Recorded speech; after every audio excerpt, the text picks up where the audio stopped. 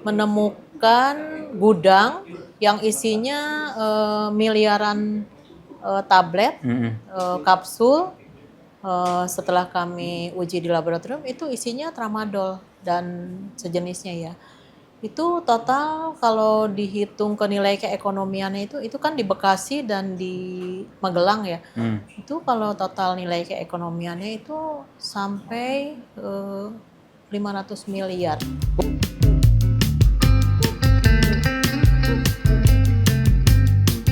Assalamualaikum warahmatullahi wabarakatuh. Salam sehat Sobat Warta Kota dan Tribuners. Berjumpa lagi bersama kami dalam program wawancara eksklusif.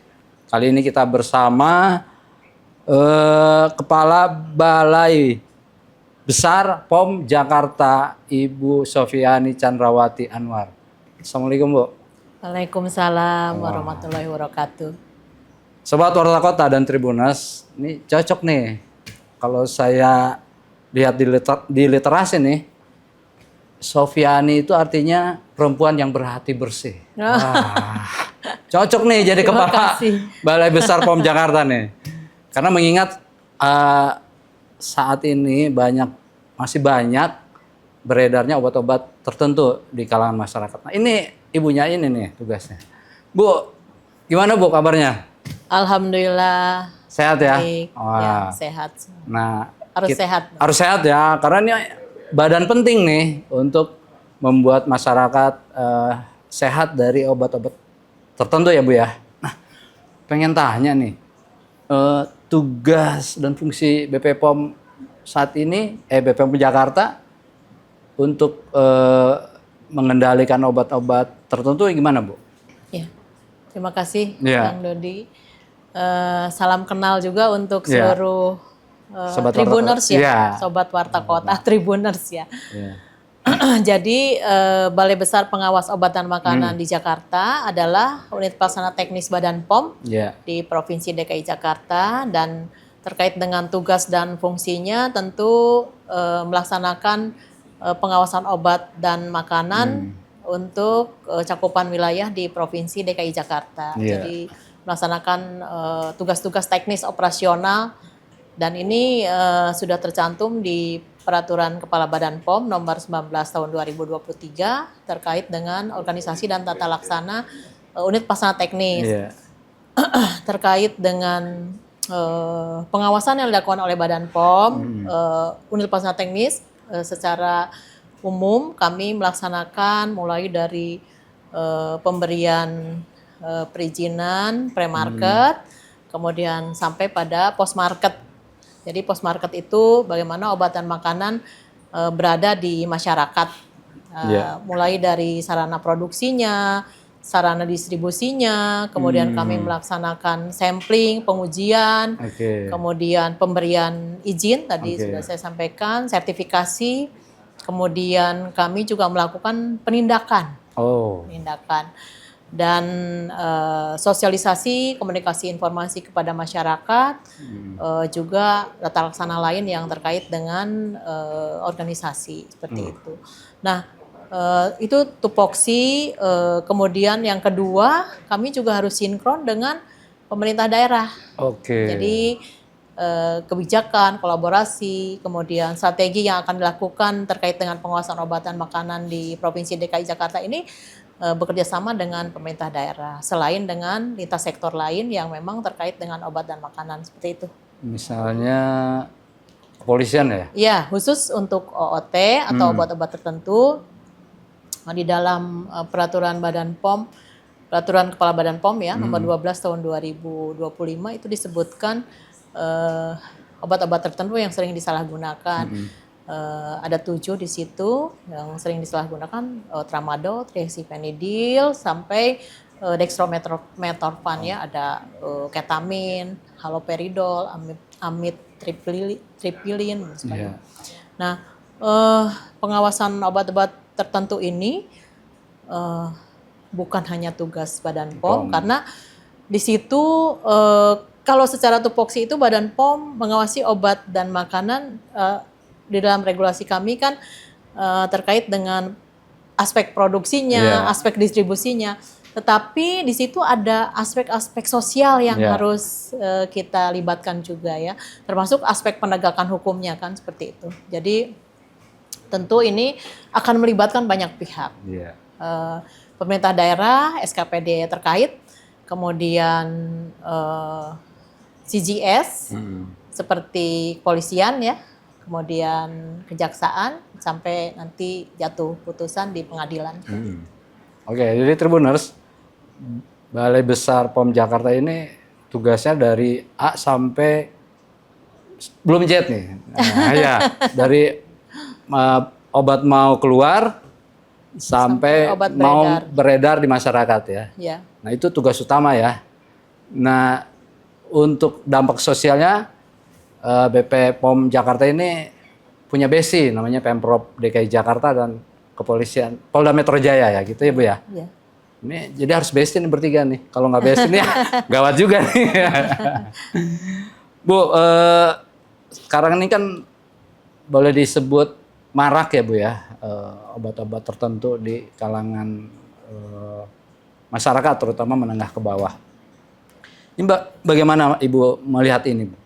Ya, jadi sangat mengkhawatirkan karena survei itu menyebutkan 1 dari 4 remaja itu terlibat dengan penyalahgunaan ya. 1 dari 4? Iya. Oh, gede banget ya? Iya, 25% ya, berarti itu.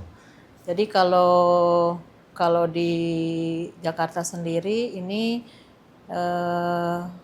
kami di dalam pengawasan itu karena Jakarta ini pendekatannya tentu berbeda ya, karena dengan kondisi Jakarta yang berbeda dengan kota-kota lain. Jadi kami yang pertama itu deteksi dini ya. Deteksi dini, kami memiliki peta rawan kasus, kemudian dari hasil pengawasan yang kami lakukan itu yang terkait dengan obat-obat tertentu ini tahun 2025 ada 16 kasus di sarana yang resmi, misalnya ada apotek, ternyata ada terindikasi ke penyalahgunaan obat-obat tertentu, itu ada 16 kasus. Nah itu misalnya pada saat pengadaan mereka dari sumber yang tidak resmi, kemudian pada saat penyerahan tidak dibuktikan dengan resep dokter gitu ya, karena kalau OT ini kan harus dengan resep dokter. Kemudian tahun 2026 ini sudah ada sekitar 6 kasus untuk diversi ke indikasinya ke penyalahgunaan obat-obat tertentu. Seperti itu. Jadi cukup mengkhawatirkan ya? Iya. Ini buat orang tua nih harus waspada nih. Betul. 4, satunya terlibat penyalahgunaan obat terlarang ya. Ini bukan main-main nih perbandingannya nih. Saya juga ngeri nih punya anak nih. Iya, hati-hati. Kasus-kasus kerjasama dengan kepolisian tuh kami kurang lebih sampai saat ini sudah ada 65 kasus ya tahun 2026 ini. Kemudian ada beberapa juga yang meminta keterangan ahli dari Badan POM, dari Balai Besar POM Jakarta itu cukup banyak juga dari masing-masing Kapolres itu, dari kepolisian. Belum lagi permintaan pengujian sampel barang buktinya di kami juga. Izin Bu, apakah ini tuh dampak dari lingkungan atau memang pengawasannya yang kurang sehingga obat-obat tertentu masih bisa dikonsumsi oleh masyarakat menengah ke bawah? Iya. Jadi sangat kompleks ya. Kompleks. Yang pertama tentu bukan hanya pengawasan obat yang harus diperkuat, tetapi juga aspek ketahanan sosial masyarakat yang harus diperkuat. Karena khusus Jakarta kalau dilihat dari jumlah penduduk, luas wilayah itu 1/53 Jawa Barat. 1/53 ya. Tetapi kalau dari sisi penduduknya itu 1/5 Jawa Barat.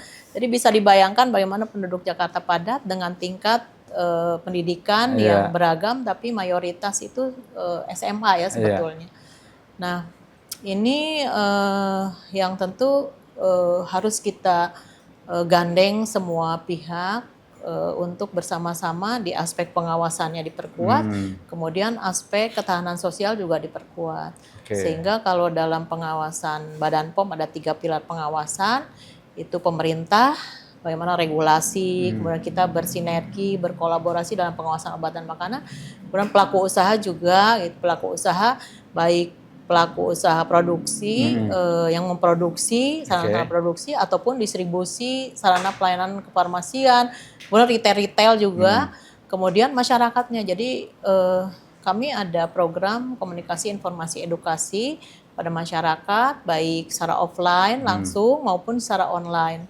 Itu sampai dengan kalau dari tahun 2023 kami kumulatif gitu ya, sampai dengan tahun 2026 ini sudah sekitar 50.000 orang yang terpapar secara langsung. 50.000 orang? Sekitar 50.000 orang. Belum yang langsungnya ya? Iya, belum yang online-nya. Online-nya. Karena kalau online ini masifnya itu baru tahun 2025 sampai dengan 2026. Bu izin nih, apa sih yang dikonsumsi paling banyak itu obat-obat tertentu oleh kalangan masyarakat Minangkabau itu? Yang paling banyak adalah tramadol. Tramadol. Jadi, ya. Ini mengkhawatirkan juga ya, bisa diperoleh dengan mudah di toko. Kalau dulu itu tokonya di toko obat, gitu kan.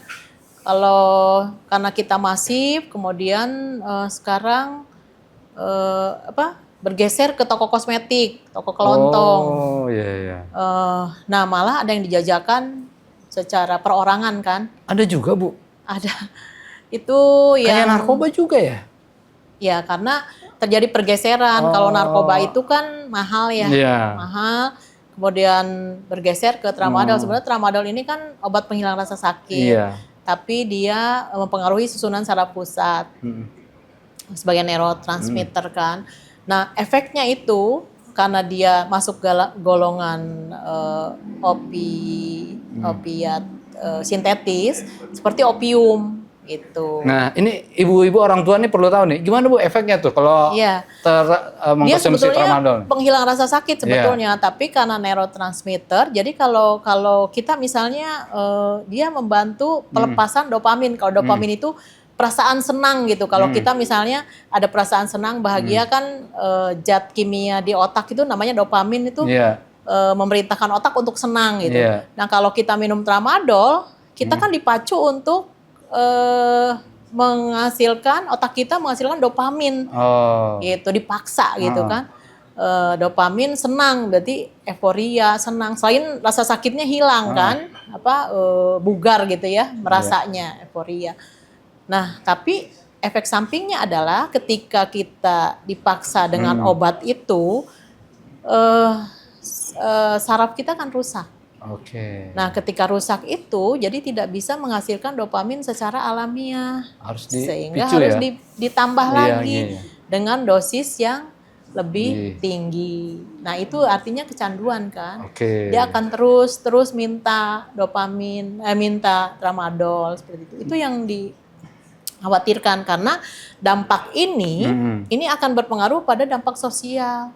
Jadi akan ada tingginya tingkat kejahatan karena dia akan mencari tramadol ya. Kemudian kalau dihubungkan dengan tawuran, kalau Jakarta ini kan tawuran. Polda itu merilis tawuran tahun 2025 itu sekitar 400-an kasus tawuran remaja. Kemudian tahun ini setelah kita masif bekerja sama ya, itu sampai dengan Mei ini masih terjadi, tapi 35. Nah mudah-mudahan nanti akhir tahun tuh bisa terlihat menurun gitu ya tawurannya. Karena kan kalau tawuran minum ini dulu gitu sakitnya hilang ya. Sakitnya hilang kalau nggak sakit tuh ya. Sakitnya hilang dan perasaannya tuh ini kan euforia seperti happy gitu, seperti itu. Jadi padahal efek sampingnya buat orang tua di rumah nih kalau yang tahu karakter anaknya, misalnya tadinya pagi-pagi dia bete gitu, terus pulang dengan penuh keceriaan. Harus hati-hati. Harus hati-hati juga nih. Iya. Salah satu ini ya, maksudnya himbauan untuk orang tua ya. Jadi harus peka terhadap perubahan perilaku anak. Seperti itu. Kan kalau datang bau rokok misalnya itu kan kita juga kok bau rokok. Itu yang itu ya, yang rokok. Tapi kalau misalnya tiba-tiba jadi ceria atau misalnya butuh uang lebih banyak untuk beli obat-obatan. Harus curiga ya? Iya, harus curiga. Ya peka ya. Iya, jadi kalau lagi tiba-tiba periksa tas anak, tiba-tiba nemu merek tramadol gitu, terus anaknya bilang, "Oh, sakit kepala, Bu." Itu jangan percaya juga. Iya, karena kan itu harus dengan resep dokter harus kan, dokter obat ya. keras. Iya. Kadang-kadang orang tua nggak paham juga kan. Dikatakan anaknya obat sakit kepala, percaya-percaya aja gitu aja. Harus. Nah, ini perlu diego. Ada yang nggak ada mereknya tramadol loh. Ada juga ya? Iya, kan namanya juga ilegal. Oh, jadi di Stripnya tuh stripnya. Oh, sekarang modelnya gitu ya? Iya. Atau lepasan. Tablet putih misalnya atau tablet kuning. Dibungkus gitu ya? Iya. Oh, sama kayak dulu dong ya. Kayak obat Pengalaman pribadi. Apa namanya? Obat BK ya? Oh, anjing BK gila ya? Iya. Oh. Kalau sekarang pil sapi ya. Iya, pil sapi. Oh, makin Simer, pil sapi. mungkin makin kesini obat-obat yang mempunyai efek yang sama mungkin dicari-cari lagi tuh ya. Iya, nah itu kejahatan kemanusiaannya ini ya. Badan POM tuh beberapa tahun lalu ya menemukan gudang yang isinya miliaran tablet, kapsul. Setelah kami uji di laboratorium itu isinya tramadol dan sejenisnya ya. Itu total kalau dihitung ke nilai keekonomiannya itu kan di Bekasi dan di Magelang ya. Itu kalau total nilai keekonomiannya itu sampai 500 miliar. Oh, gede juga ya? Ya. Itu ditemukan gudangnya. Dan yang kita perkarakan sampai ke Pro Justisia untuk di Jakarta ini ada 2 karena nilai keekonomian yang sangat besar dan dia sebagai bukan lagi penjual eceran gitu ya, tapi toko kosmetik itu ada gudang di situ. Itu ada 2 kasus di Jakarta Timur. Itu salah satunya sudah jatuh putusan 2 tahun dan dendanya hampir 60 juta. Itu untuk penindakannya di Jakarta ya. Selain kita bekerja sama dengan Satpol PP, kemudian Puskesmas juga. Puskesmas itu ada laporan respon cepat masyarakat, itu biasanya masuk ke kita juga. Dan kita banyak dengan Satpol PP seperti di Tanah Abang, itu dengan Satpol PP seperti itu. Bu, bicara lagi soal beredarnya OTT nih, itu selain secara personal, mungkin ada lewat media online juga atau media sosial ya? Iya. Jadi KIE kami bukan hanya melalui tatap muka langsung atau misalnya Zoom untuk sosialisasi, tapi juga memanfaatkan media-media yang ada. Media sosial kami punya agenda setting untuk itu. Jadi ada tim medsos, kemudian posting terkait dengan bahaya-bahaya penyalahgunaan. Maksudnya tim cyber gitu ya, yang patroli gitu ya? Nah, itu untuk pengawasan. Jadi pengawasan di online dengan patroli cyber. Jadi di Badan POM ada Direktorat Cyber. Kemudian kami juga di sini ada tim patroli cyber. Itu untuk di online ya. Karena modusnya tuh macam-macam ya. Ada yang jual onderdil, taunya jual OTT. Onderdil, karburator. Gitu ya. Atau suplemen, vitamin, vitamin, padahal yang dijual tramadol. Ini DKI Jakarta ini kan ada 5 wilayah nih. Wilayah mana aja Bu yang 5 ya. 6 kabupaten. Iya, kabupaten, Kepulauan Seribu. Nah, wilayah mana aja nih yang menjadi sorotan yang dinilai rawan? Dari peta rawan kasus kami, kasusnya itu di Jakarta Timur dan Jakarta Barat. Jakarta Timur dan Jakarta Barat. Ini karena kenapa nih, Mi? Boleh tahu nggak bisa tinggi kasusnya? Kalau di Jakarta Barat itu karena diperkirakan dekat dengan pelabuhan ya. Oh. Dengan pelabuhan. Nah, Jakarta Timur ini yang kita ini termasuk yang penduduknya paling banyak. Oh, menengah ke bawah. Ya, menengah ke bawah rata-rata. Parah juga ya. Jadi ini menjadi perhatian orang tua yang berada di wilayah Jakarta Timur dan Jakarta Barat nih. Jadi perhatian kepada anak ini harus lebih ekstra nih. Jangan sampai ada perubahan yang tadi. Perubahan perilaku. Perilaku dianggap biasa, ternyata itu luar biasa. Bu, ada kasus penemuan yang mungkin dinilai wah gitu dalam kasus ini? Iya. Jadi kasus pro justisia yang sudah kami pro justisiakan itu ada tahun 2025 ada 2 kasus. Itu di Jakarta Timur itu sudah jatuh putusannya. Nah, kemudian total tuh dari tahun 2022 itu ada 6 kasus sih sebetulnya. Kemarin kami melakukan operasi juga, itu ada 2 toko yang kami lakukan operasi penindakan bersama dengan polisian juga. Tapi di situ tidak ditemukan OOT-nya, hanya penjualan obat keras di toko tanpa resep kosmetik. Ya. Toko kosmetik nggak boleh jual obat ya? Ya nggak boleh. Sehingga ya makanya kenapa melibatkan lintas sektor karena seperti yang jualan eceran itu kan itu ada aspek pidana juga ya. Kalau Badan POM kan mengacunya pada Undang-Undang Kesehatan tuh ada pasal 435 dan 436 itu silakan nanti mungkin dibaca oleh Tribuners ya. Di situ terkait dengan komoditi sediaan farmasi. Oke. Jadi yang 435 itu di situ disebutkan bahwa apabila memproduksi atau mendistribusikan sediaan farmasi yang tidak memenuhi aspek keamanan mutu, itu akan kena penjara 12 tahun dan denda. Dendanya itu sampai 5 miliar. 5 miliar ya? Ya, tapi yang 436 itu terkait dengan kewenangan. Jadi kalau tanpa kewenangan, tanpa keahlian memproduksi atau menjual sediaan farmasi itu hukumannya 5 tahun ya, 5 tahun 500 juta. 500 juta ya? Waduh, ini menarik juga nih, Bu.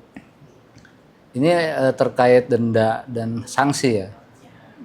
Nah, apakah ada BP POM Jakarta mengetahui bahwa obat-obat OTT yang beredar di masyarakat itu, OT yang beredar di masyarakat itu murni buatan merek yang bermerek atau memang dibuat oleh secara manual gitu? Iya, itu tidak ya. Jadi maksudnya dua-duanya bisa. Jadi ada yang dari sumber yang resmi, kemudian ke sarana ilegal. Kalau sarana ilegal itu kan artinya dia tidak ada izin ya. Baik orangnya ataupun sarananya, tempat penjualannya seperti toko kelontong menjual obat keras. Kan kalau OOT ini kan obat keras harus dengan resep dokter, kemudian dijualnya di sarana pelayanan kefarmasian yang berizin seperti di apotek itu yang harus yang bisa menerima resep dokter kan, tidak boleh di toko obat, apalagi toko kelontong atau minimarket, supermarket itu nggak boleh gitu kan ada. Nah ini ada juga yang obatnya itu adalah obat betul-betul dibuat oleh sarana produksinya yang ilegal. Iya, kayak produksi rumah tangga gitu. Kayak kan banyak yang pil-pil ekstasi dibuat di rumah gitu. Betul. Pabrik-pabrik ilegal gitu, seperti itu. Ada juga. Dan isinya itu ada juga yang bohong, bukan tramadol. Oh gitu. Jadi kami memang melakukan pengujian juga ya. Ada yang betul itu kan kalau obat itu biasanya ada zat aktif yang dipersyaratkan. Misalnya syaratnya 100% sampai 115%. itu baru memenuhi syarat sesuai dengan Farmakopeia Indonesia misalnya. Tapi ada juga yang substandar itu biasanya di bawah alatnya. Berarti kan bohong kan? Ada juga yang bohong, nggak ada, misalnya isinya hanya kafein. Tuh. Jadi konsumen dibohongin aja itu, percaya aja kena mungkin. Tipu. udah nggak boleh, terus ditipu lagi. Ditipu lagi. Ya. Udah jatuh ketiban tangga gitu. Ya. Udah dosa mengkonsumsi OT, ditipu juga. Iya. Bu, bicara rantai kan ya, dari produsen ke distribusi besar, ke distribusi kecil, baru masyarakat. Nah ini di rantai mana nih yang bisa ada celah-celah obat itu bisa distribusinya? Di semua rantai distribusi itu celah risiko penyalahgunaan itu ada. Kan mereka tahu sanksinya itu. Iya, tapi kan ada oknum-oknum tertentu ya, oknum yang berperan di situ. Untuk pelaporan itu secara online Badan POM sudah punya, misalnya untuk PBF itu ada EWAS ya, pengawasan secara elektronik. Jadi PBF melaporkan obat-obatan yang dia distribusikan, apalagi industri farmasi kan ya. Kami juga melakukan secara rutin inspeksi pengawasan di sarana produksi tersebut, dan kami akan melihat stok, kemudian penyaluran ke PBF-nya. Nah dari PBF kemudian ke sarana-sarana pelayanan kefarmasian, sarana pelayanan kesehatan.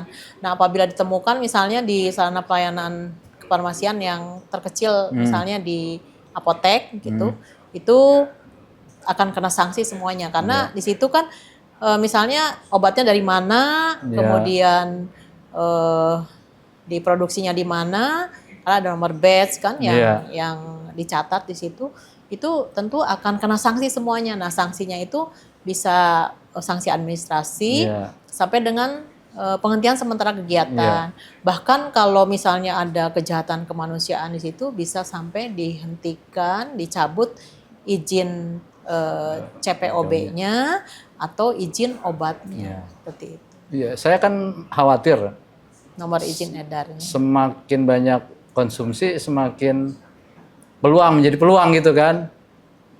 Ada demand, supply demand kan. Jadi kalau yang nyarinya banyak, orang yang mau jualnya juga banyak nih. Artinya kan dari distribusi ini kan harusnya bisa diefektifkan sehingga terjadi pengawasan yang maksimal gitu kan.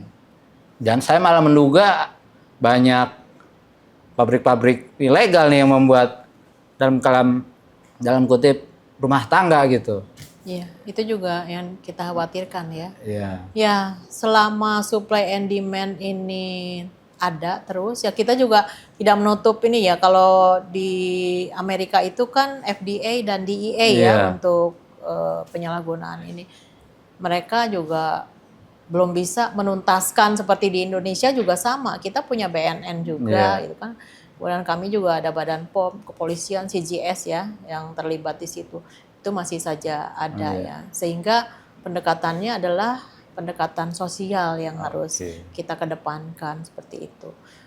Makanya selain kami juga ada BKKBN yang punya penyuluh sampai di kelurahan itu ya. Kemudian kami juga bekerjasama dengan Dinas PPAP di Provinsi DKI Jakarta ini yang punya kader-kader juga, dan kami juga memberdayakan kader-kader keamanan pangan yang kami miliki di Provinsi DKI Jakarta.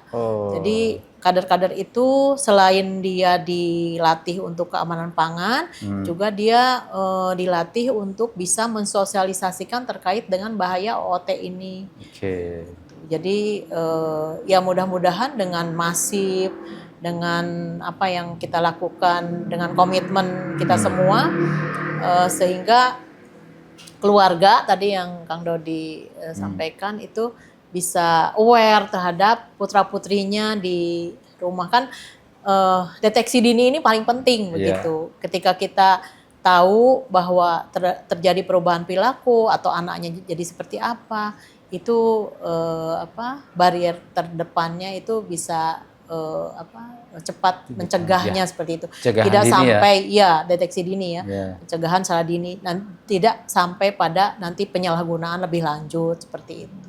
Gitu. Jadi generasi muda nanti kita ke Indonesia Emas 2045 itu bisa tercapai ya, ya Kang ya. Amin. Sobat Warta Kota Tribuners, bahwa pencegahan dini itu menjadi hal yang penting di rumah ya, terutama bagi orang tua yang mesti memahami karakter anaknya ketika terjadi perubahan. Jangan-jangan sang anak mengkonsumsi obat tertentu. Dan ini menjadi perhatian serius buat orang tua. Karena dari 4, 1 anak